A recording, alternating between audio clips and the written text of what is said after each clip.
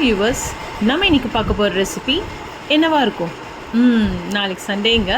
So நம்ம இன்றைக்கி பார்க்க போகிற ரெசிபி இட்ஸ் ப்ரான் பிரியாணி. இப்போ நம்ம அதுக்கு வேண்டிய இன்க்ரீடியன்ஸ் நம்ம பார்க்கலாம். பிரியாணி தவசாவில் கொஞ்சம் எண்ணெய் ஊற்றிக்கோங்க. அதோடு சேர்த்து கொஞ்சம் கீ ஊற்றி போட்டுக்கோங்க. ரெண்டும் மெல்ட் ஆகிட்ட அப்புறமா பட்டை, கிராம்பு, ஏலக்காய் இது கொஞ்சம் பொரிஞ்சு வர மாதிரி வச்சுருங்க. அதுக்கப்புறம் நறுக்கிய வெங்காயம் வந்து நிறைய ஆட் பண்ணிக்கோங்க. அப்புறம் நல்லா சாட்டே பண்ணிக்கோங்க. அது ஒரு மாதிரி லைக் கோல்டன் ப்ரௌன் வர அளவுக்கு கொஞ்சம் நல்லா சாட்டே பண்ணி வச்சுருங்க. அதோடு சேர்த்து பச்சை மிளகா ஆட் பண்ணிவிட்டு ரெட் சில்லி பவுடர் போட்டுட்டு நல்லா சாட்டே பண்ணிக்கோங்க. அந்த எண்ணெயிலேயே பார்த்திங்களா, அந்த ஆனியன்ஸ்லாம் பார்த்திங்கன்னா அந்த ப்ரௌன் கலரில் வந்திருக்கும்.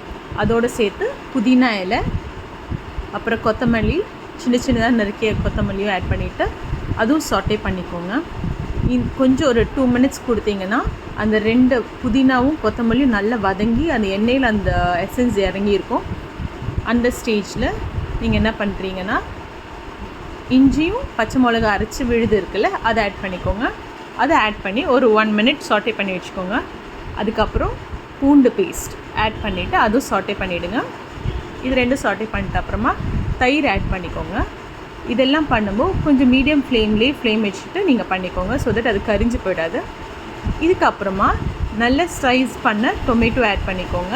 அதுக்கப்புறம் கொஞ்சம் உப்பு, அப்புறம் டீவெயின் பண்ண ப்ரான்ஸ், நல்லா வாஷ் பண்ணி டீவெயின் பண்ண ப்ரான்ஸ் ஆட் பண்ணிவிட்டு அந்த மசாலா எல்லாமே நல்லா அந்த ப்ரான்ஸ்க்கு கோட் ஆகுற மாதிரி நல்லா ஸ்டிர் பண்ணி விட்டுருங்க. ஏன்னா அது அப்போ தான் வந்து அந்த மசாலா ஃபுல்லாக அப்சர்வ் ஆகிடும். அது நல்லா பாயில் ஆகிறமோ கொஞ்சம் அந்த மூடிட்டு ஓப்பன் பண்ணி பாருங்கள்.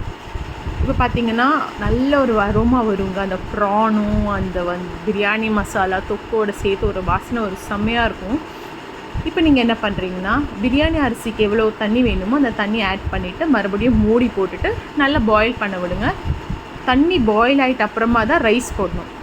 அதுக்கு முன்னாடியே போட்டிங்கன்னா அந்த ரைஸ் வந்துட்டு ஓவர் பாயில் ஆகிடும். அதனால் ரைஸ் நல்லா வாஷ் பண்ணி ஊற வச்சுருங்க. நம்ம அந்த வெங்காயம் தக்காளிலாம் கட் பண்ணுற டைமில் ஊற வச்சுருங்க. அந்த ஊற வச்ச அரிசியை போட்டுட்டு கொஞ்சம் கிளறிட்டு அதுக்கு தேவையான அளவு உப்பு பத்தலைன்னா இன்னும் கொஞ்சம் உப்பு ஆட் பண்ணிக்கோங்க. மிளகாய் தூள் கொஞ்சம் கூட போட்டுக்கோங்க. கடைசியாக லெமன் ஜூஸ் ஆட் பண்ணிவிட்டு அந்த மூடி எடுத்து போட்டுருங்க. அப்புறமா ஒரு 1/2 hour கழிச்சு திறந்து பாருங்கள். ஆஹா, சூடான ஒரு யம்மியான ப்ரான் பிரியாணி உங்கள் வீட்லேயே அப்படி வாசனையாக கொடுக்கும். Happy eating, have a wonderful Sunday and enjoy your food with all your family members. Happy eating, bye-bye.